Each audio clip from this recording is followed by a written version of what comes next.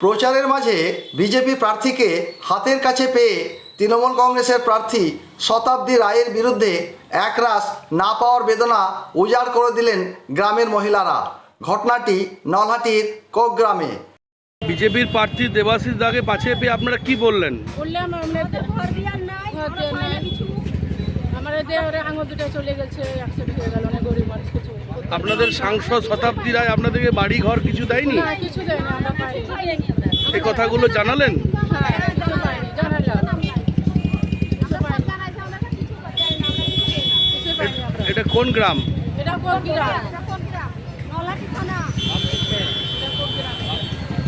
প্রচণ্ড তাপদাহ উপেক্ষা করে ভোট প্রচারে বেরিয়েছিলেন নলহাটি বিধানসভার বিভিন্ন পাড়া থেকে শুরু করে গ্রামে গঞ্জে বীরভূম লোকসভা কেন্দ্রের বিজেপি প্রার্থী দেবাশিস ধর।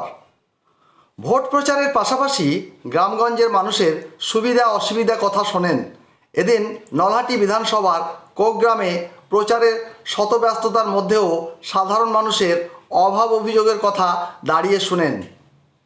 গ্রামবাসীদের অভিযোগ, আমরা বাড়িঘর কিছুই পাচ্ছি না। প্রার্থী দেবাশিস ধর গ্রামবাসীদের না পাওয়ার প্রত্যেকটা বিষয়ে গুরুত্ব দিয়ে শোনেন এবং তাদের আশ্বস্ত করেন।